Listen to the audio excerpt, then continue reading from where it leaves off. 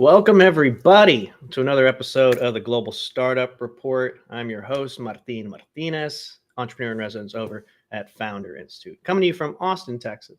Hope everybody watching this right now is safe and well and warm and cozy wherever you find yourself. Good morning, good evening, good afternoon to all of our global viewers in the FI community. We're broadcasting all across the social interwebs. You may find us on YouTube, Twitter, LinkedIn, Facebook. We're all over the place. So, and I can see all your comments. So we're using a streaming platform that allows us to surface all of that. Regardless of where you're at, I see you. We're already getting some people coming in from LinkedIn. Motion, thank you. Thank you for joining us. Hope you stick around. We're going to spend the next half hour. If it's your first time watching the Global Startup Report, we're just in our first season. It's the second episode. Joined with my partner in crime behind the scenes, Dustin Betts, who has been instrumental in kind of getting this off the ground. We're going to go through a couple of updates just for the startup community, some things that are happening in the FI network, some really interesting news from all around the world. And then we have a special guest, Nick Hegeman, founder and CEO of PaintJet. We're going to learn a little about what he's doing, what he's been up to since he's gotten out of FI, and what his plans for the year ahead are happening. So let's just dive right into it. Let's see. Dustin, where are you at, man? Hey, Martin. We're doing very well. How about you? Doing good. How's your day been? Pretty good so far. Yeah, we have a big Europe, Middle East, and Africa regional FI impact report that we're releasing today. So that's the other thing that I've been doing. But yeah, excited to be here on our second episode, as you said, of the Global Startup Report. And yeah, we're here to talk about network news from across the FI network this week, and have 3 stories to share with everybody who's watching. And we'll also be dropping the live tweeting these links out to the stories we talk about. And after the show's done, I'll go and drop them all in the LinkedIn chat too. So if you hear a story and you want to read more about it, you can check out Twitter or LinkedIn. The first headline, I guess, that we're going to read is Packet Concierge. That's an FI Berlin company. They collected 1 million euros of pre-seed funding from Express Ventures, and angel investors were announced this week. And what Packet Concierge does is they provide a centralized receiving point for people to receive all of their different parcels and packages from all different shippers, to pick them up at this centralized receiving point when it's convenient. The company Packet Concierge was co-founded in 2020 by founders Michael Debauschewitz and Gregor Herdman. And it's not just for, I guess, urban dwellers who are vulnerable to package piracy, but it's really in markets like Berlin, where they have, I believe, 30 locations right now. That's their kind of flagship location based in Berlin. Basically, the partial shops are sometimes pickup points for only certain shippers. And so what Packet Concierge allows these people to do is to have all of their packages delivered to one convenient location where they can go and pick it up when it's convenient to them. And yeah, no vulnerability to like port piracy or anything like that. And yeah, congratulations to Packet Concierge for announcing their €1 million pre-seed funding round this week. That's fantastic news. And so we're going to bounce over South America. Google for Startups. They've launched a series of funds all around the world. Many of our FI grads have been able to participate in some of these. They just recently rolled out a whole new fund series specifically for Black founded startups. And the newest one, $8.5 million fund, or in Brazilian currency, real. I don't even, my Portuguese is terrible. How do you say it properly, Dustin? Reais. 8.5 million reais. Yeah. 8.5 million reais for a new class of Brazilian startups, one of which is Ubi. So Ubi came out of FI San Francisco, but they're based in Brazil.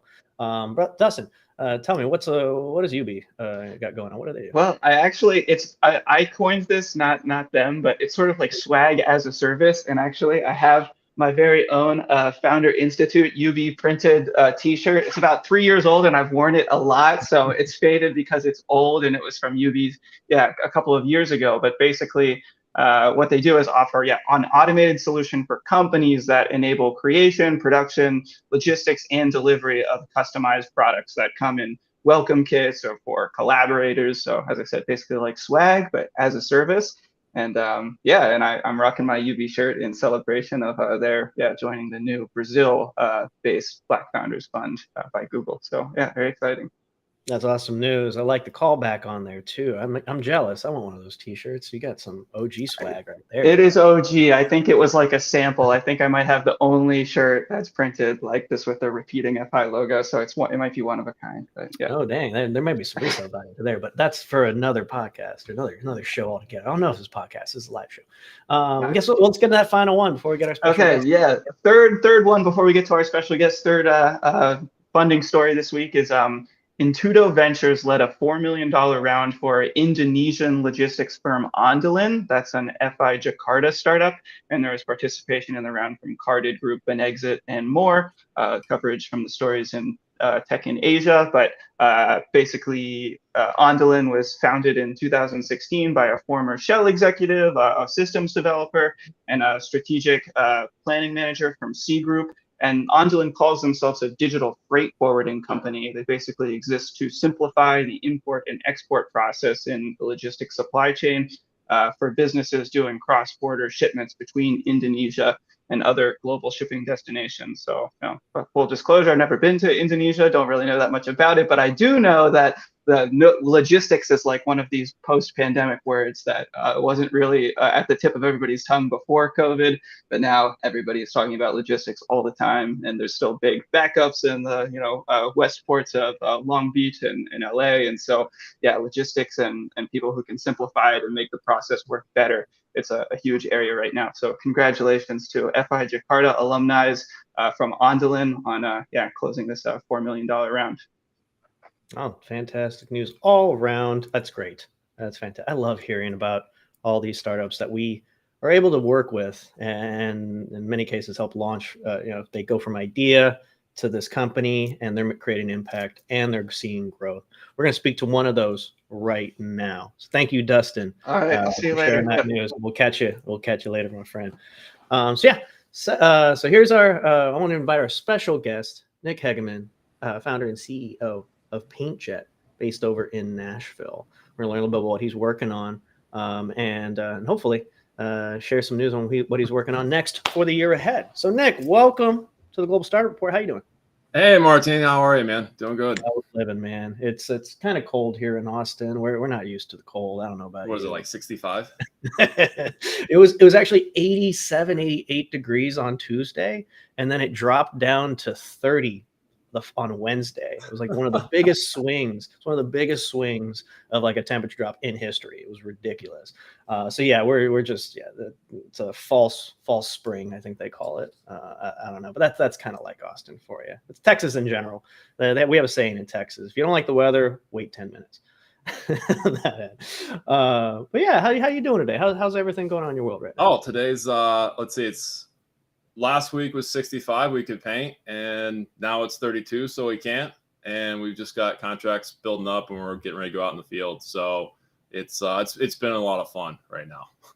Oh yeah, so, I can imagine. Right, you're dealing with those same kind of bipolar swings, pun intended.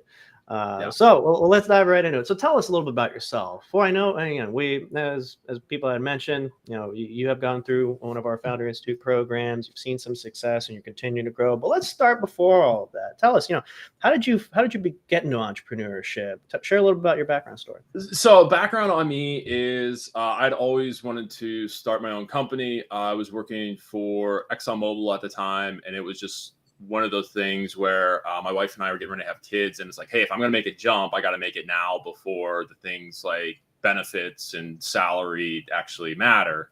And so in my infinite wisdom, went out and started a painting franchise and knew nothing about painting. But it's one of those things like, hey, from day one, you get smacked in the face with labor issues. It's like that you can sell all day, but if you can't produce it, like, you can't make any revenue. So labor is the single biggest issue. And it finally got to a point where I had to fire a crew on a large commercial project, because sometimes that's what you have to do to deliver to the customer. And it ended up being myself and my wife, who was 7 months pregnant at the time, physically painting this warehouse. Really? Yeah. So she's still my wife. She put up with that. I mean, hope she stuck around a little bit longer. Wow. Yeah. So that was not a fun experience. Then going through that, it was, especially with my background as an engineer, it's like, all right, never doing that again. And let's come up with some robots so that I don't have to do this ever again. And that's really where PaintJet started. And then how long ago was this? That was, I think, around that specific instance was around 2017, 2018. Okay. And then so was just kind of working on it part-time. And then it kind of built into 2020, where we had a real working prototype. And it was, 2020 happened, and everything that we had in the works just kind of came to a standstill. And then got an email from FI saying, hey, we've got this program. Let's see if it works. And for us, it was like, well, we've tried everything else, and whatever we're doing is not working. So let's give it a shot. And then basically since then, it's just been, completely new world for us. So interesting. So tell us a little bit more about PaintJet then. You mentioned, you said you were trying everything. None of that was working. FI kind of gave you a little bit more direction. So tell us about PaintJet. What was that approach that was so different before coming in? Then, how did it shift upon leaving? Yeah. So, when we started off, so we are a painting robotics company, and we first started off trying to sell and rent the robot. And what we ended up, and through FI, what we ended up figuring out is that no one cares about the robot. The only thing that people care about is what does that robot do? And so we changed our model from, all right, selling the widget to selling the productivity of that widget. So like, for example, for us, so instead of selling a painting robot that can do 4,000 square feet an hour, we sell the painted square foot. And we just happen to be able to do that in a very short time frame at a very high quality level. And so people deal with us instead of this kind of, because so we're in construction, so it's a very kind of slow to adopt industry, very, traditionally low margins. People are, risk averse. So instead of doing that, they deal with us more like they would, at least from a traditional subcontractor type space. So our interaction with our customers is closer to that. And we're just renting them painted square feet. So it's, all right, we've got a building, and we focus on big industrial warehouses, logistics centers, that type of stuff. And so it's, all right, we've got 100,000 square feet that we need come painted. All right, it's $1 a square foot. let us know when you want us to come out there, and the robot will paint it for you. And then we take the robot back, and you don't have to worry about it. Got it. So I mean, yeah. So it's interesting. It's a messaging piece. You're looking at you're reframing the model as well. It's you're still basically working on the same structure and the same relationships with contractors, like the general contractors, as any other skilled laborer would. But the robot, when you originally had, it was like, oh, this is the big centerpiece. This is going to be the thing that's everyone's going to go, wow. It's like, no, does it just work? No, okay. Yeah, if it works, it's like no one cares about this robot. All they think is, wait, you're going to use a robot on my multi-million-dollar asset. I don't like trying that stuff. Yeah. Well, I'm interested in this robot for the sake of it. So please humor me. Like, what does this look like? Like, is it big? Like walk me through. It's a gantry robot where it's basically, so it's a lift attachment. So if you're familiar with aerial platform lifts, typically what happens is a person or several people will get up in the basket, and then they will go up and paint or prepare to paint from the basket. What we do is we take two 8-foot long axes, linear actuators, basically put them in a giant grid, and then we have the spray actuator is at the tip of these axes. And essentially what we're able to do is, instead of the person going up in the lift and painting, we put this attachment on the lift, and then the person moves the lift around and paints in 75 square foot boxes. Got it. And so it's high volume, low detail type applications where it's a big uniform surface and you're just painting thousands and thousands of square feet in a very short time. Yeah, that makes sense. So when you're looking at your target market currently, and you mentioned like big warehouses, big, more simple kind of jobs on that end. Like you're not going into mansions or any of these other places where there's very like articulated walls and all these things and molding and all this other stuff. So it's not, these are straightforward, but also large scale jobs. Yeah, large scale, and the market for those specific projects, even though it may be a small sub segment of the overall commercial painting market, it's still a big market in and of itself. And so that's the specific space that, just because we're 10 times faster than everyone else, and also we can control quality, all of a sudden it's like, it's just the way that you should do this. Absolutely. So at this point, hey, what's happening, Tori? We got some comments here. Oh no, Tori Smith in the house. Always good to see him. And we'll bring you up for a future episode, Tori. We need to catch up. Also, a couple other people. Nestor, how you doing? But yeah, so I'm interested in this market then. So I'd love to hear your perspectives. Given there's all these things going on with supply chain, people are coming back. There's just so much going on. So like, what's been your take? What have you been able to see that's unique to your perspective, just from working with this particular submarket within the greater commercial painting industry? Right. It's really interesting, and it's really it parallels really well with Amazon's growth, because not only do they have their distribution centers, but then you have hubs of distribution centers that surround their centers as well. And so you're seeing this massive growth in these very large distribution centers. And it just, painting is part of the general trades. And like, for example, we need 100,000 painters just to meet today's demand. And then when you throw in the fact that in this decade alone, 40% of our current workforce is retiring, it's like there's just physically not enough people to do the work today, but definitely not tomorrow. And in that space, it's like, do we expect Amazon to slow down in their growth? And no, if anything, that COVID's taught us is that's only going to accelerate.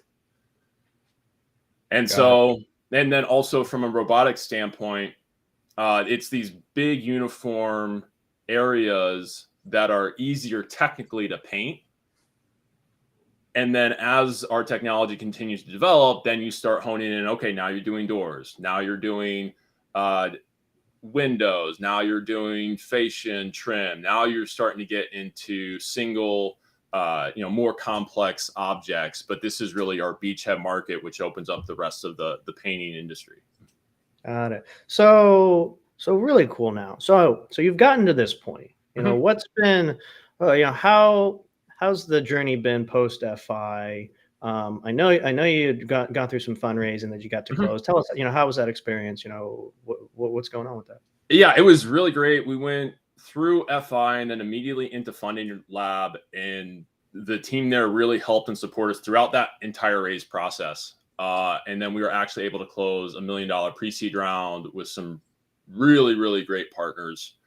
And then since then, it's really about continuing to improve on the technology and just demonstrate credibility and continue to take more and more market share. And that's what we've been focusing on right now. We've gone through, when we first started, our system was completely manual, where it's like it worked, but it was very manual. And it just wasn't that repeatable. Since then, we've taken that manual system. It's now a dynamic system that's semi-autonomous. We're getting ready to add, and we've also doubled its productivity from 2,000 square feet per hour up to 4,000 square feet per hour. The system's now was gas powered. Now it's electric powered. We really set that foundation also to, in the next 2-3 months, we'll be able to have cloud remote control capabilities, not only on the technology itself, but then also the lift. So that's been one of the things that as we go through this market and competitors come in, we're one of the few that are the robot itself is our own creation. A lot of our other competitors, it's like a standard off the shelf robotic arm. And what we found out is that putting robotic arms up in the air is really, really hard because you only have like 250 pounds that you can deal with. So by our ability to work with industry standard equipment, it's allowed us to give just a different access point and quality control and productivity that no one else really has. And so what we've been able to do is, but the downside of that is that you've got the lift itself is your limiting factor. So now we're integrating cloud control for the lift itself. And now, so it's from Nashville, we'll be able to remote control and paint warehouses in Texas. Wow. Where all you need is a person on the ground from a safety and making sure that you've got enough paint to supply. So they're kind of just like reloading when needed, right? Correct. So I'm curious. So as you're talking about that, is that more or less like a software integration that you're incorporating with existing lifts, or are you actually building lifts now too? No, we are not building lifts. We are using the existing infrastructure, and they all have pretty much the same control system. So they've got a control box, and we pop that up, and we've got an insert that we basically hardwire into it. We disconnect their main wires and plug into our system. And so then we're able to control that lift, and the lift basically views it as if there was a person controlling it from the basket. We're just able to control it from basically a junction box anywhere in the world. Wow. Awesome. So what's next then? Yeah, and you're starting to corner this. Like, what markets are you currently serving at the moment? Are you starting to scale up, going nationwide? What is kind of the plan? So we're predominantly in the Southeast, in Central and South Central U.S. We've got contracts and projects gone Alabama, Tennessee, Texas, Oklahoma, and Kansas City right now, and then also getting over in Virginia. And so we're kind of coming up for this spot where like right now it's too cold to paint. Everyone needs a ton of stuff painted March through May, and we're ramping right up into then, like right as we've released our latest iteration of the robot. So we're pretty excited about the next few months. That's awesome. So how many of these robots do you have in operation currently? So we've got 3 in operation, and it's basically 1 for each iteration. And so now it's finally at a point where it's, hey, we're pretty comfortable with this version, and now we're starting to replicate the version that we currently have, so that we can service our current contracts. All right. So I mean, this is interesting. So you're adding with all this robotics. There's a big company based here in Austin that's automating just house building in general. Icon, as I'm sure you've heard, and they got some big things planned for the year ahead too. Where, if we blow this up like at the 5,000 foot view, where do you see automation going in construction over the next 5 to 10 years? And where does like the actual human fall into place for that, as well as a lot of these lower skilled jobs are starting to get kind of automated and phased out? So over the next 5 to 10 years, there's still a lot of kind of one-off, very specific things that you always have to have a person for. And so it will be technology assisted.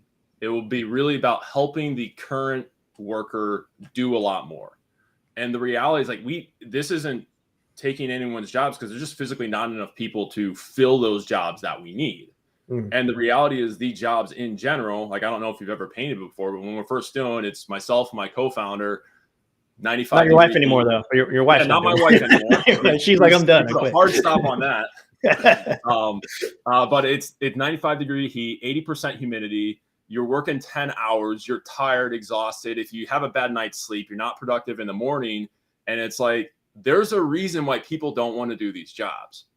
And so if you're able to actually make the work too just a better, instead of being up in this lift in the sun, 50 feet up of the ground, if you're in your air conditioned truck operating the system, all of a sudden that's just a better job as well. So it will make jobs better, and it will allow the people that we currently have to be much more productive. I love that. Thank you, Nick Hegeman, founder CEO of PaintJet, coming from Nashville. We are just about at time, but if there's anything else that you want to share with the audience while we have you, any way we might be able to follow you, kind of connect with you as you continue your journey, helping automate the commercial painting process. Yeah, we are going through a rebrand right now, getting ready to kind of capture all of the kind of explosive growth that we're getting ready to experience. PaintJet.com, and we will have all of the, and that's the other thing, we haven't done any marketing. So we're also looking for help with that rebrand as we kind of position ourselves for a rockin' 22. Awesome. Fantastic. Well, thank you again, Nick. I'll let you get back to it. This has been a pleasure. Hopefully I get to catch you sometime in person this year. We've only been able to. Hey, I'm coming down to San Antonio, so if you're in for a short trip. I'm always down. That's where I grew up in San Antonio, so I know that town very, very well. If you do get a chance to get up in Austin, we'd love to have you too, maybe, and get you partnered up with those Icon guys. You can actually paint those bare concrete walls that they got going on. Yeah, I'll be there in 2 weeks, so we'll stay in touch. Absolutely, man. Yeah, well, you take care. Thank you again for joining us. All right, see you, man. Yeah, you take it easy. So, thank you all again for watching. Told you we're going to have these pretty short, about 30 minutes for each of these episodes. Thank you all for watching. Thank you for Nick for being with us. Next week, we're going to have another episode of Global Startup Report starting around this time.